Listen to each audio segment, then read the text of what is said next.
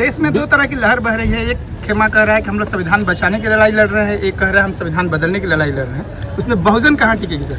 देखिए, बहुजन समाज पार्टी एक ऐसी पार्टी है जो सीधा मैनिफेस्टो ही है हमारा संविधान। तो हम हमेशा संविधान को बचाने वाले लोग रहे हैं। संविधान की एक भी लाइन को नहीं बदल करके भारत में जो शोषित वर्ग है, जो पिछड़ा अति पिछड़ा दलित वर्ग है, इसके उत्थान के लिए बहन मायावती अपनी ताकत हमेशा लगाई है और इस बार भी अपनी ताकत लगाकर बहुजनों के हित में भारत में एक नई क्रांति को फूंकेंगे। हर गठबंधन से बहुजन समाज का गठबंधन भारी है और ये हमारे बहुजन समाज के तमाम लोगों की ताकत है जो कभी कॉन्फिडेंस लूज नहीं होने देगी। और बक्सर को विकास के रास्ते पर ले जाने के लिए मैं अकेला नहीं निकला।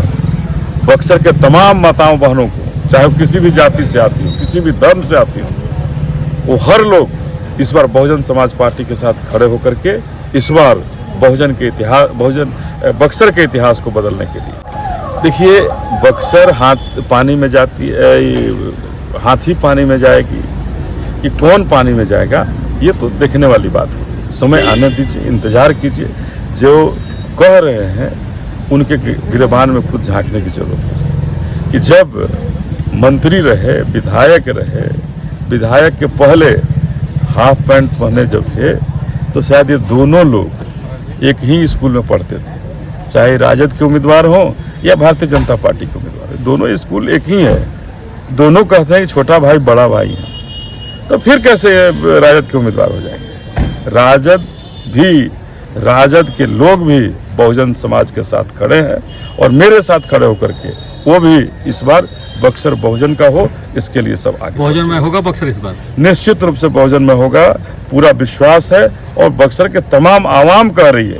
अरे कौन कॉन्फिडेंस की बात कर रहे हैं? कॉन्फिडेंस तो का आज तक लूज ही नहीं हुआ है। और आज नामांकन में हजारों की भीड़ देख करके 20,000 25,000 आदमी की सड़क पर भीड़ आपने भी देखा होगा।